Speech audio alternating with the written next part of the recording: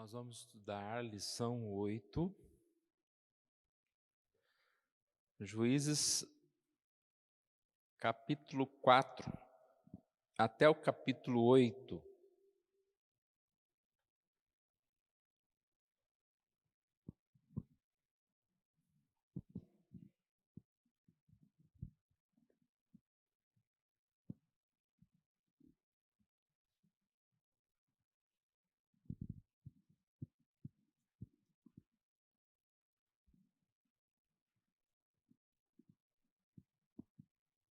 Então, já há algumas semanas nós estamos estudando o livro de Juízes. E nós percebemos aqui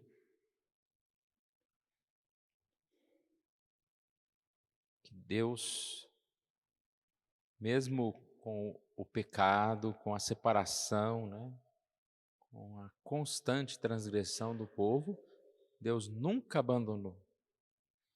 E o livro de Juízes tem essa característica, que o povo clamava ao Senhor e Deus enviava um juiz, esse que coordenava, e o povo assim era por um tempo, digamos assim, abençoado, tinha vitórias.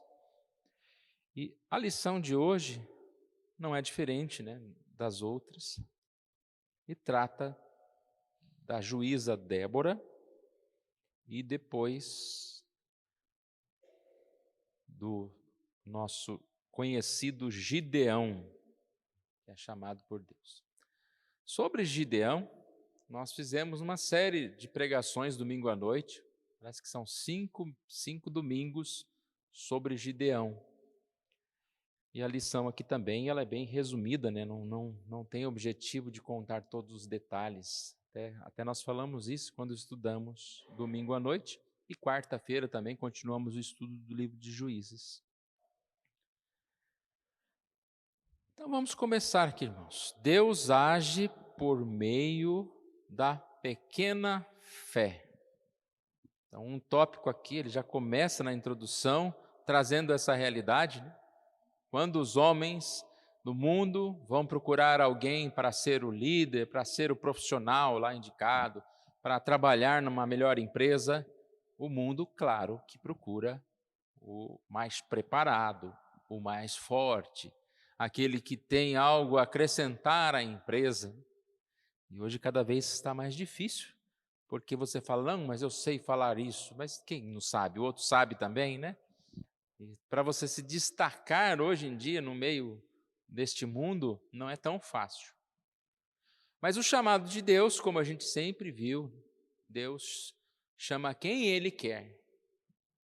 E muitas vezes, por que não dizer na maioria das vezes, Ele chama pessoas simples, pessoas que aparentemente nós não escolheríamos, mas Ele escolhe essa pessoa, que é o ideal para Deus. Deus não nos escolhe pelo que nós temos a oferecer, mas Ele preenche nos seus escolhidos, ou Ele preenche os seus escolhidos, com graça e poder para servi-los. Então nós devemos pensar sempre nisso, nessa forma de Deus agir. Capítulo 4 de Juízes. Como nós não vamos nos deter muito no Gideão, no sentido da leitura, vamos ler um pouco aqui, um trecho que fala sobre a Débora, juíza Débora. Juízes 4. Os filhos de Israel tornaram a fazer o que era mal perante o Senhor, depois de falecer Eude. Entregou-os o Senhor nas mãos de Jabim, rei de Canaã, que reinava em Azor. Cícera era o comandante do seu exército, o qual então habitava em Arosete-Agoim.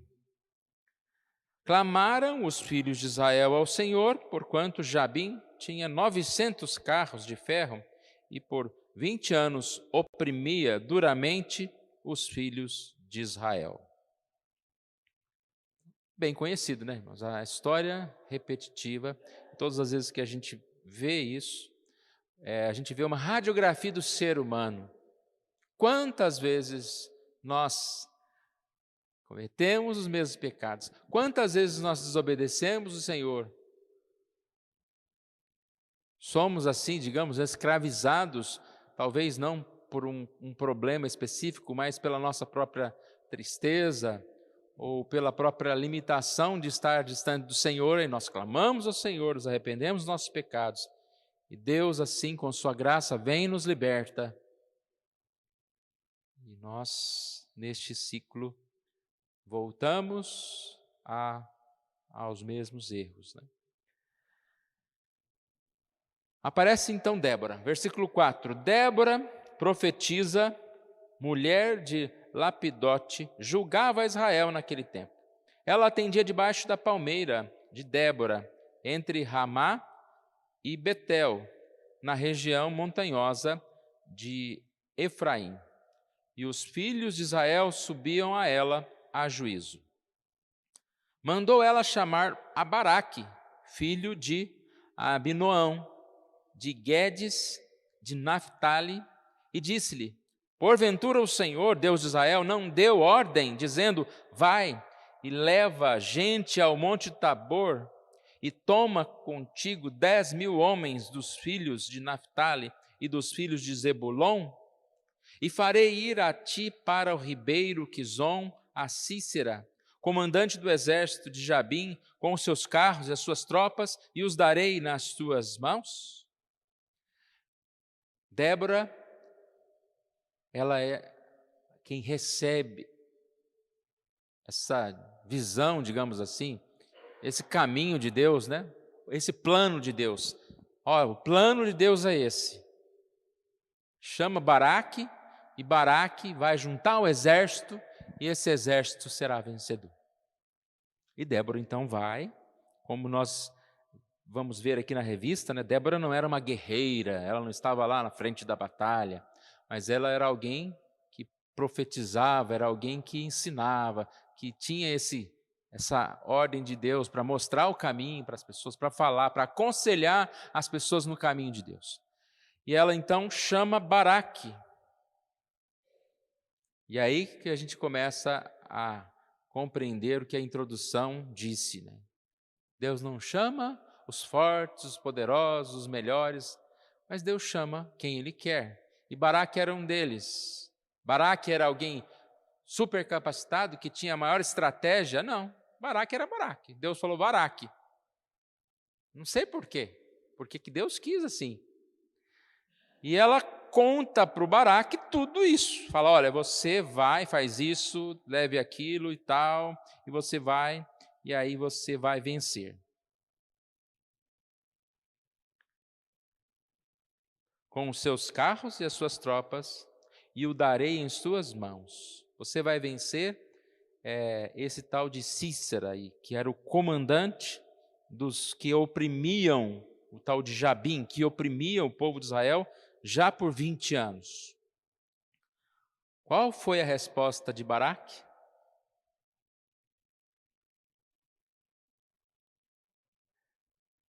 Se fores comigo, irei, porém, se não fores comigo, não irei. E aí é todo um contexto, né?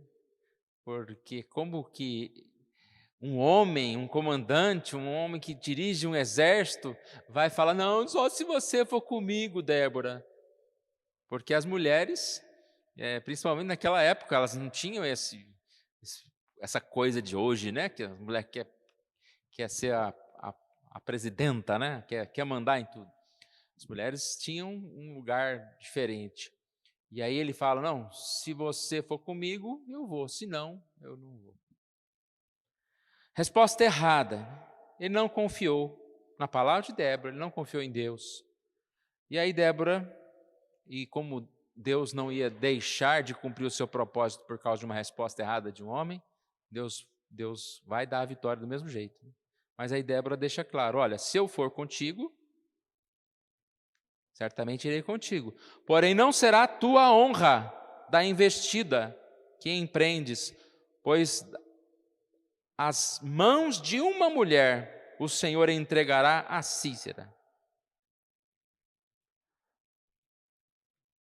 Esse Baraque teve o privilégio de ser um comandante, quase como um Gideão, né? Um homem que conhecido por estar à frente do exército e por vencer inimigo. E Débora fala, eu vou, mas você vai vencer, mas a batalha, ou seja, a honra não será tua, será de uma mulher. E aqui, de um primeiro momento, a gente pensa que está falando de Débora, né?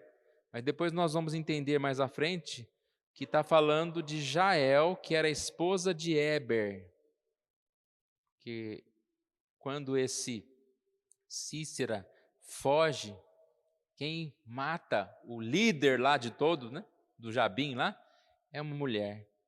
E é essa mulher chamada Jael. Ou seja, a honra ficou uma mulher. Aqui 2 homens são humilhados, né? O Baraque e o tal do Éber, que até a lição fala, cadê, onde que estava esse Éber? Ainda bem que não chama Éber, né? O Éber sumiu, deixou a mulher sozinha, e aí ela teve que dar um jeito lá no inimigo, matando esse inimigo. Deus nos usa apesar de nós, é o ponto 1. A Débora, essa juíza que oferecia conselhos, apoio aos que lhe procuravam. No capítulo 4, ela está aqui liderando algo que seria, digamos assim, o livramento do povo de Israel. Jabim era um homem forte, possuía 900 carros de ferro, estava subjugando Israel por 20 anos. Débora, então, recebe essa visão de Deus para operar a libertação. Escolhe Baraque, como nós acabamos de contar a história, e ele, vacilante, disse que só iria se fosse acompanhado dela. Débora disse, certamente irei, mas porém a vitória e a honra será de uma mulher. Aí a lição fala, né? Um período em que a força masculina falhava regularmente. Nós percebemos que o povo dessa época fraquejou em muitas situações. E aí eu repito o que eu falei há pouco. É mais uma característica do homem, como em todo o tempo, a fraqueza do homem, a falta de pulso, muitas vezes. Quando eu digo homem, é o gênero humano, homem, mulher, mas especificamente também esse acontecimento aqui, muitas vezes pode ser visto quando os homens deixam as suas funções, suas obrigações, e vão delegando ou a esposa, ou delegando a outras pessoas, não querendo assumir as questões que são dele. Fato é que a vitória sempre é do Senhor. Não foi nem de uma mulher, não foi nem do Baraque, nem de Débora. São personagens, como nós somos personagens de uma história. Mas a vitória é sempre do Senhor. Ponto A. Deus derrotou o inimigo. Precisamos lembrar que, embora Deus use reis, Ele sempre é o guerreiro vitorioso. Salmo 33, 17 diz que o cavalo não garante a vitória a despeito de sua grande força. A ninguém pode livrar. Nós temos que nos armar, nós temos que nos preparar. Mas por mais preparado que seja um homem, o que garante a vitória não é porque ele tem um excelente preparo, mas é porque o Senhor aplicou a vitória. O Senhor Deus fez com que aquilo se tornasse algo vitorioso. No Cântico de Débora, ela dá destaque a essa afirmação, né? Nós não vamos ler aqui todo o capítulo 5. O capítulo 5 é um cântico de agradecimento, é um cântico de reconhecimento, o Cântico de Débora. Mas ela não exalta o exército de Baraque, não exalta uma pessoa ou outra. Olha o verso 4, Juízes 5, 4. Ela diz, Débora, saindo tu, ó Senhor, de Seir, marchando desde o campo de Edom, a terra estremeceu e os céus gotejaram. Sim, até as nuvens gotejaram. Águas. Os montes vacilaram diante do Senhor, até o Sinai diante de Deus. E aí ele fala, né, sobre a vitória. Dá a entender que o exército venceu a partir de uma grande tempestade, de uma chuva, de algo que matou aquele exército inimigo. Porque nós sabemos que o exército do povo aqui de Israel era pequeno, era frágil, não teria como vencer aqueles calos, aqueles fortes, né? E não é dos fortes a vitória, mas é daquele que o Senhor assim quer, assim conduz. O texto bíblico descreve Baraque descendo com 10.000 homens. E aí diz o versículo 15: o Senhor derrotou a Sísera e a todos os seus carros e a todo o seu exército ao fio da espada diante de Baraque. Segundo o cântico de Débora, isso aconteceu por meio de chuva que Deus enviou. Baraque foi quase um enfeite no cenário em que Deus fez tudo. Esse sentimento a gente tem algumas vezes na vida. Algumas vitórias que nós temos e a gente fica observando, né? O que eu fiz para merecer? Mas merecer eu já sei que nada, né? Mas o que eu fiz para conquistar tudo isso que eu conquistei? Eu sou um personagem da minha história. Deus executou. Não é assim que a gente pensa? A respeito da nossa vida, desde pequenos, né, quando a gente nem imaginava que teria uma profissão ou que conseguiria conquistar alguma coisa, e de repente Deus vai abrindo as portas e nós conseguimos e nós vamos crescendo, e os problemas surgem na nossa vida, e você fala, como eu vou conseguir? Depois você fala, eu consegui. Não foi você que conseguiu. O Senhor providenciou. E tantas histórias, tantos testemunhos que nós podemos dar a respeito das coisas que o Senhor fez, das batalhas que o Senhor venceu por nós. É muito arrogante aquele que fala, não, eu dei um jeito, estou dando um jeito em tudo. Né? Nós temos que reconhecer que tudo, né, até respirar, se nós respiramos é porque o Senhor assim está providenciando essa condição. Até faltou ar agora, só de pensar. A gente faz umas coisas e nem pensa, né? Você começa a pensar que você precisa respirar, falta o ar. Mas Deus providencia que essas coisas todas aconteçam. Deus sempre pode fazer tudo sozinho, mas aí que está a graça, né? Ele concede a honra de compartilhar suas vitórias com seus servos. Quantas vitórias nós temos, porque o Senhor assim compartilhou conosco. Deus nos usou. E ele conta uma coisa interessante aqui, eu não tinha lembrado disso, né? Mas Baraque aparece lá em Hebreus 11, 32, como um herói. Mas que herói que ele aparece lá como? Que tipo de herói? Não um herói, mas foi alguém que mesmo sendo covarde, venceu. É um herói diferente, né? Foi honrado. Vamos abrir lá, Hebreus 11, 32.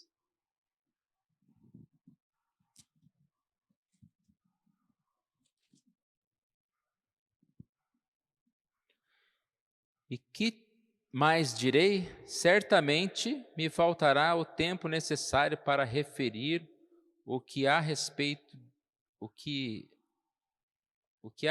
de Gideão, de Baraque, de Sansão, de Jefté, de Davi, de Samuel, dos profetas.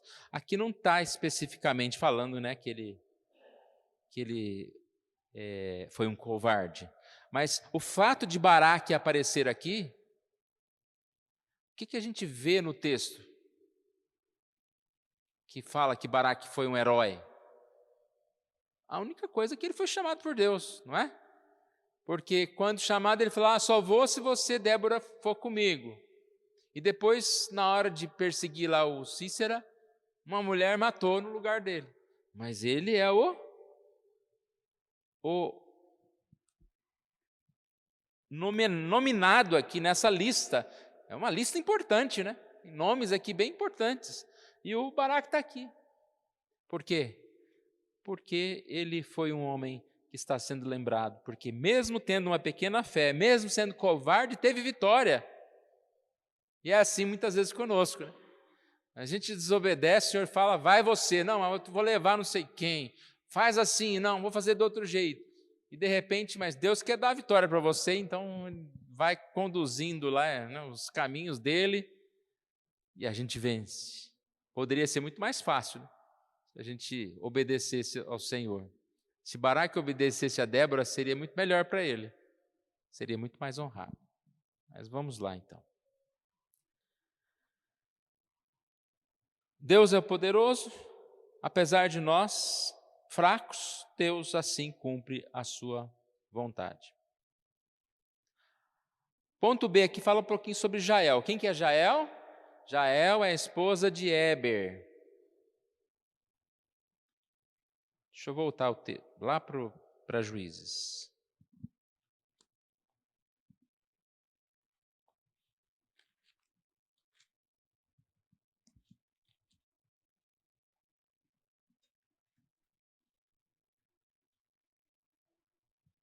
Me ajudem, Juízes, capítulo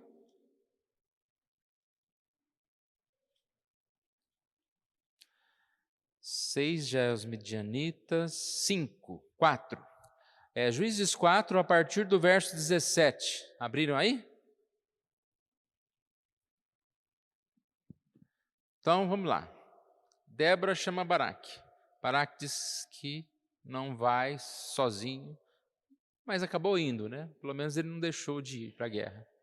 Venceram a guerra, mas o Cícera, que era o comandante, então era uma pessoa importante. Praticamente você não venceu a guerra se você não matar o general total aqui, né? Que era o líder lá do povo do Jabim. Esse Cícera fugiu. Cícera fugiu a pé para a tenda de Jael, mulher de Éber, queneu, porque havia paz entre Jabim, rei de Azor, e a casa de Éber, queneu. Então, dá para se entender que mesmo vivendo, lembra que a gente já viu outras vezes isso acontecendo, mesmo vivendo num tempo de oposição, de perseguição, o povo acabava se sujeitando a viver na escravidão e até mesmo fazia amizade com o inimigo. Então aqui dá a entender que Éber e Jael, eles tinham um certo relacionamento com esse comandante. Só que Jael, ela caiu na real, né, vamos dizer assim. Ela percebeu que ali era Deus dando a vitória. Não era mais hora deles se subjugarem. Então ela fez parecer que era boazinha. Você está aqui fugindo? Entra aqui nessa tenda. Não, você fica aí escondidinho, né? E aí ele fala para ela, então fica lá na porta, se passar alguém, você não fala que eu estou aqui não, né? Me esconde. Então parecia uma comunhão, mas a Jael, ela sabia muito bem que alguma coisa ela tinha que fazer, ou ela tinha que entregar aquele homem lá para os soldados, ou ela tinha que fazer o que ela fez, né? Ela esperou ele dormir, e aqui conta o texto então, que no versículo 21, então Jael, mulher de Éber, tomou uma estaca da tenda e lançou mão de um martelo e foi-se mansamente a ele e lhe cravou a estaca na fonte, de sorte que penetrou na terra, estando ele em profundo sono e muito exausto, e assim morreu. Então, aí veio a comprovação do que Débora disse lá no início, que das mãos de uma mulher virá a vitória. E nós vemos aqui que Deus concluiu aqui esse momento, né? essa etapa.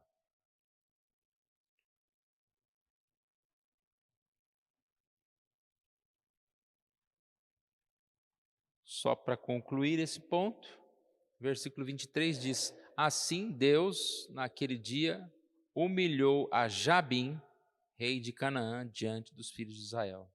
Também tem o outro lado, né? Um opressor, Jabim lá, com sua turma lá, 20 anos, 20, né? Oprimindo o povo de Israel. De repente vem uma mulher e pôs fim na história. Não que a gente desmerece a mulher, mas é a ideia de um guerreiro, né? Um forte guerreiro foi morto por uma mulher. Não é uma coisa muito comum de acontecer. Vamos para o ponto 2. O ponto 2, espero que os irmãos lembrem bem claramente, né, dessa história. Capítulo 6.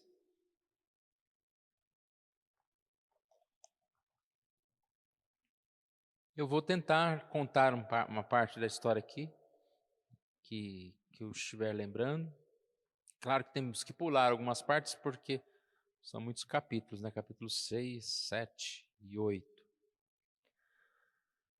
Mas todas as vezes que a gente falou sobre Gideão, eu começava aqui com o versículo 1. Fizeram os filhos de Israel o que era mal perante o Senhor, por isso o Senhor os entregou nas mãos dos midianitas por 7 anos.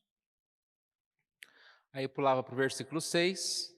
Assim Israel ficou muito debilitado com a presença dos midianitas, então os filhos de Israel clamaram ao Senhor.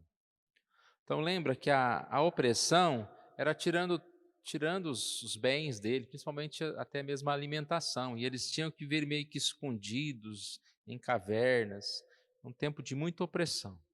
Clamaram ao Senhor, e aí Deus primeiro enviou um profeta. O profeta veio e colocou para eles: olha, a situação que vocês estão passando é porque vocês se afastaram do Senhor, vocês não me deram ouvidos.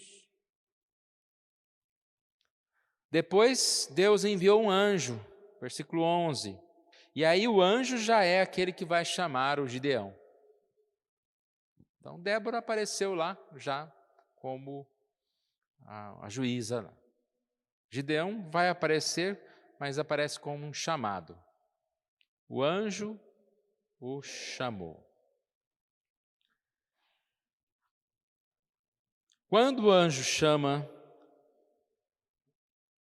Gideão, ele mais uma vez se coloca como pequeno. Quem sou eu?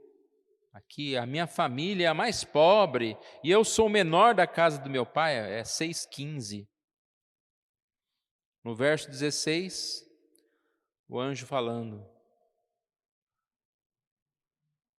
estou contigo, ferirás os midianitas como se fosse um só homem. E aí a gente volta lá na introdução. Quando Deus quer escolher alguém, Ele não escolhe o mais poderoso, mas Ele escolhe aquele quem Ele quer. E Ele escolheu Gideão. E Gideão iria vencer, porque o eu estou contigo aqui. Ferirás os midianitas como se fosse um só homem. A gente às vezes não tem a noção, né? A dimensão do poder de Deus na vida de um homem. E esse poder de Deus na nossa vida, o que Deus pode fazer na nossa vida, ou por intermédio da nossa vida, se nós realmente tiver esse estou contigo.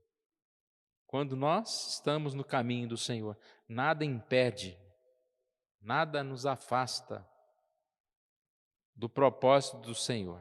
E aqui o propósito do Senhor era ir contra este povo. A lição aqui deixa claro, né, que enquanto Jabim tinha 900 carros de ferro, os midianitas e amalequitas enfraqueceram Israel, suas fontes de renda, seus bens, e aqui diz que eles são comparados a gafanhotos, a quantidade e tanto o poder de destruição daquele exército maldoso contra Israel. E tem essa frase, né? Israel ficou muito debilitado com a presença dos midianitas e clamaram ao Senhor. E na outra vez que nós pregamos sobre esse texto, nós percebemos e falamos que um grande problema que às vezes acontece, que o que houve, o clamor, não foi motivado por um arrependimento. Aqui você não vê aquelas pessoas dizendo, estamos errados, então vamos clamar ao Senhor. Não, estamos sofrendo, então vamos clamar ao Senhor. E por isso que muitas vezes esse processo ele volta no mesmo lugar, né? Porque aí o Senhor responde, o Senhor livra, mas logo que vem o livramento, novamente voltam a cometer os mesmos pecados, porque não reconheceram o que o profeta falou aqui, né? O profeta falou exatamente isso: olha, vocês não deram ouvido, e aí vocês estão sofrendo novamente.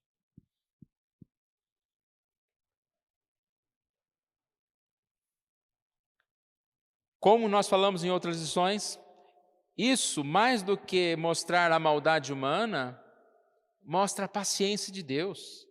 A lição dá um exemplo, né? Se uma pessoa administra mal o seu dinheiro e vive pedindo ajuda, a gente não tem paciência, né? Principalmente para dinheiro. Você vai ficar emprestando dinheiro para alguém que não administra o dinheiro, que você sabe que no outro dia vai estar com a mesma necessidade, que vai gastar, né, sem pensar.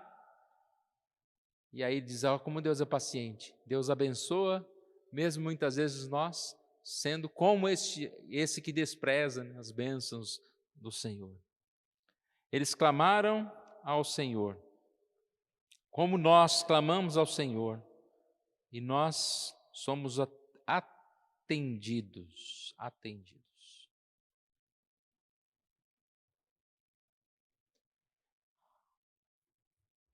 A lição faz uma aplicação também em relação a nós termos mais amor e cuidado para com os nossos irmãos, porque Deus perdoa muitas vezes. Aquele que ensinou a perdoar 70 vezes 7 foi aquele que pratica, né, o que ele ensina. Deus perdoa muitas vezes. E o amor que nós devemos ter para com os nossos irmãos é o amor de Deus. Alguém pode falar, só não pede dinheiro, né, toda hora, né? Perdoar é outra coisa. Mas se for dinheiro, não sei, irmãos. Às vezes a gente precisa auxiliar alguém mesmo que tenha cabeça dura, né? Seja o que Deus colocar na nossa vida, que a gente puder fazer em perdoar, em ajudar, em qualquer área, né? Deus assim nos ensinou. O chamado de Gideão, nós já falamos, ele foi escolhido por Deus, é chamado de homem valente. Ele era valente? Diz que ele estava meio que escondidinho no lugar, lá trabalhando, lá para cuidar lá das coisas com medo. Então não era valente. Ele era valente porque ele foi o valente de Deus. 2 vezes, Senhor, não, melhor não, mas depois ele foi.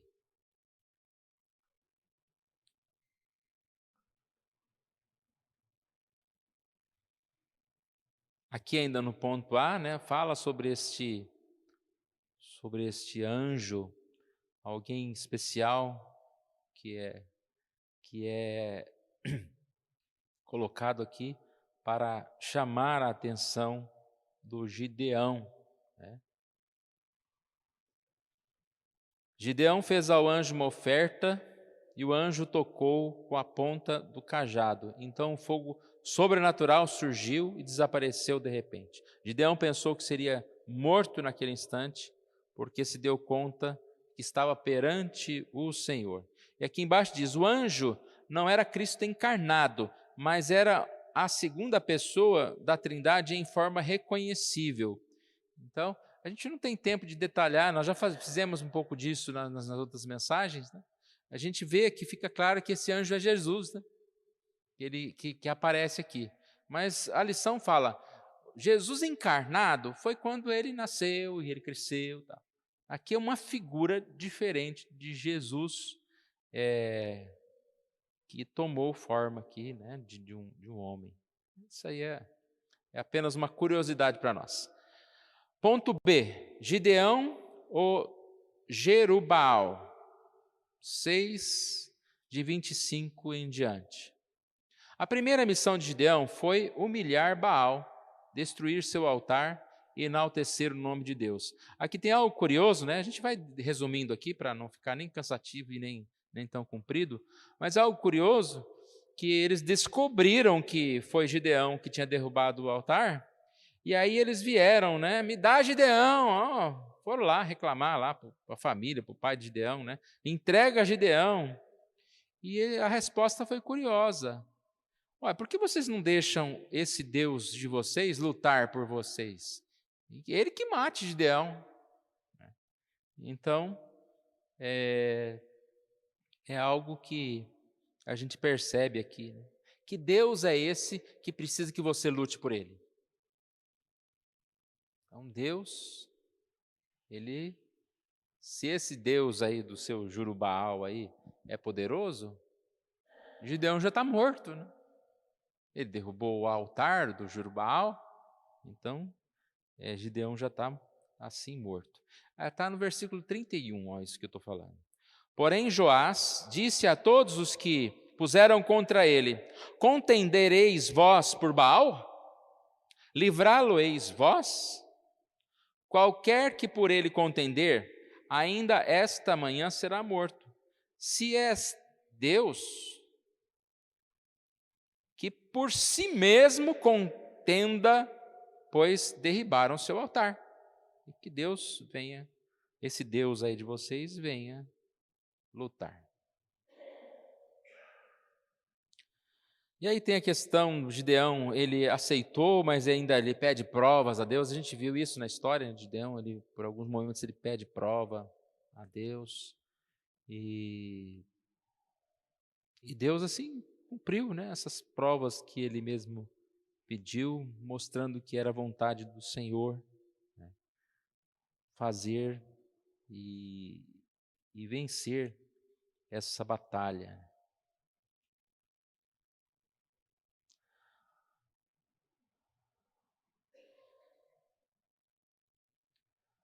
Ponto C, derrota dos midianitas. Também é um texto que a gente conheceu e estudou bem detalhadamente, né? Mas com 300 homens vence os midianitas. Então aqui nós percebemos aqui um exército grandioso e o exército do povo de Israel já não era tão grande assim perante o exército inimigo.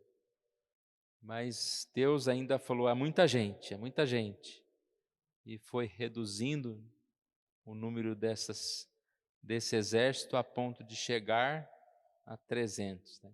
Primeiro tirou os covardes, né? Que falou: se alguém quiser ir embora, vai embora. Foi um monte embora. Depois tirou aqueles que tomaram água deitado com a boca na água, ao invés de pegar com a mão. E assim sobraram 300. E sabemos por que isso, né? Se fosse um exército muito grande, poderoso, eles poderiam achar que era deles a vitória. Quanto menor é o nosso exército, maior é a vitória de Cristo. Essa é a aplicação que a gente vê aqui.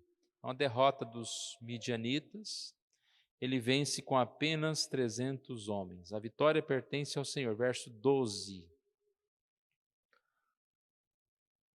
Os midianitas e os amalequitas, todos os povos do Oriente, cobriam o vale como gafanhotos, em multidão, e eram seus cavalos em multidão inumerável, como a areia que há na praia do mar. E Gideão vai vencê-los com 300 homens.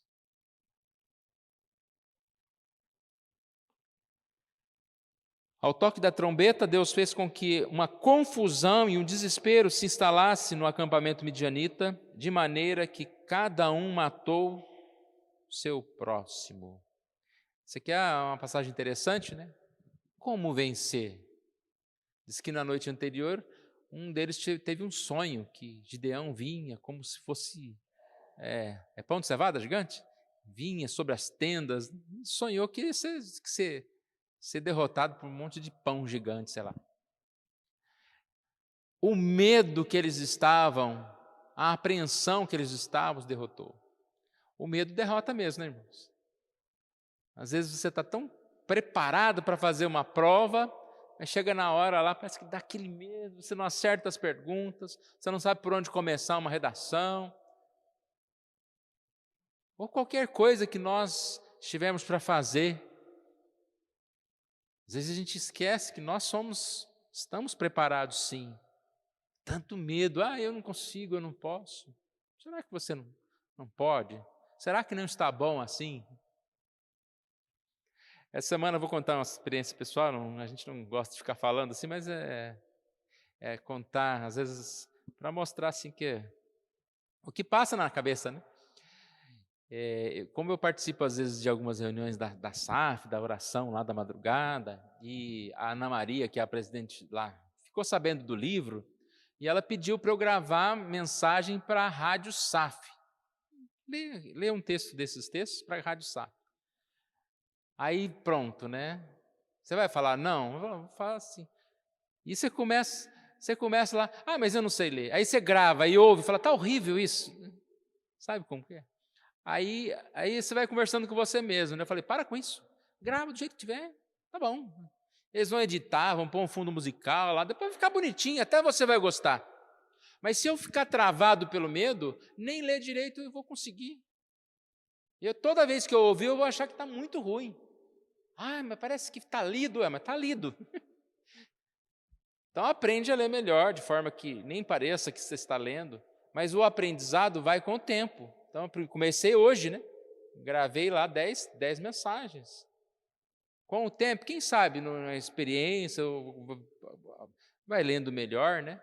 Mas aquilo que você acha está muito horrível, está muito ruim, às vezes não está tão ruim assim. Então, a gente tem muito esse medo e nos incapacita mesmo de fazer algumas coisas. E quantas coisas nós deixamos de fazer? Que a gente poderia fazer para servir a Deus? Não faz porque está com medo. Não vou fazer isso não. Não está bom.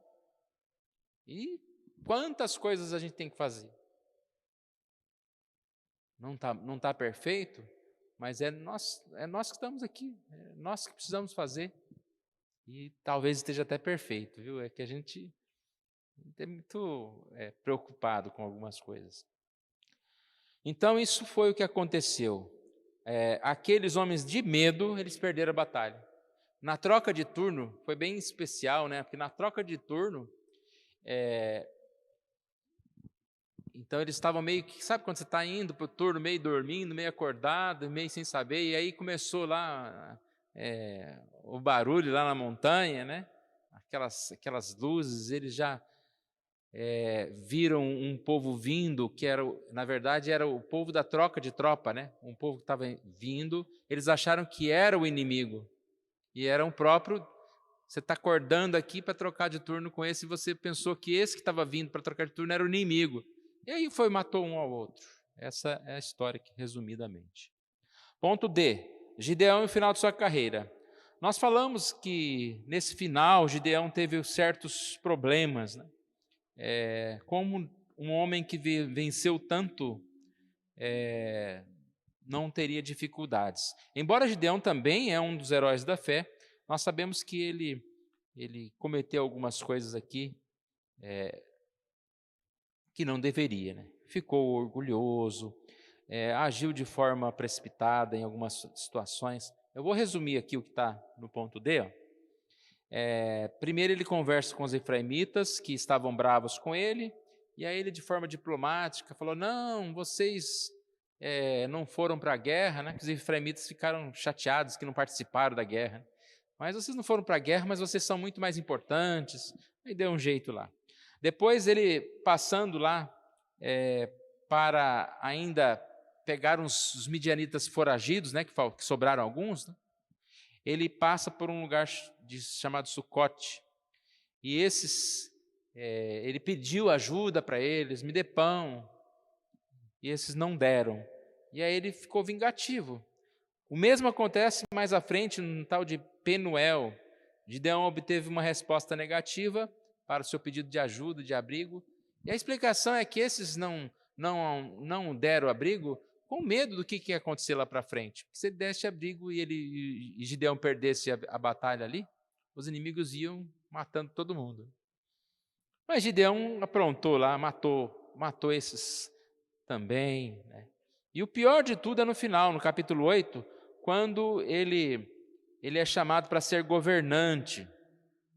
E ele diz, não, é só Deus que governa. Por aí, até aí ele falou uma coisa boa, né? Mas ele fala, eu não quero ser o governante, mas façam para mim lá umas roupas especiais, né? façam para mim uma estola sacerdotal em homenagem. Ele só quis ser homenageado, né? E aí conta-se que houve assim um despertamento da idolatria no povo naquela época. E infelizmente o final da vida dele aqui não é tão satisfatório, né? Aqui diz que ele tinha um harém, cercou-se de um harém, teve 70 filhos e o povo se moveu à idolatria, né? É um fim assim não muito bom. Mas é a sequência do livro de Juízes, né? O povo buscou a Deus diante da dificuldade, Deus o atendeu e depois o povo voltou ao seu pecado. Nós temos que clamar a misericórdia de Deus para que nós não entremos nesse ciclo, para que nós possamos ter a vitória nas nossas vidas, para que nós não sejamos levados pela vaidade nas vitórias das nossas vidas, sempre estejamos lembrando que toda a honra é ao Senhor. Conclusão: vimos homens covardes e vaidosos, porém honrados pela vontade de Deus. Também vimos mulheres dedicadas e corajosas que fizeram o que se esperava de um homem. Deus usou todos eles e garantiu a vitória para Israel. Gideão começou medroso, pediu sinais e Deus o atendeu por bondade. Ainda assim, Juízes mostra que faltava direção a Israel. A solução ainda ia demorar.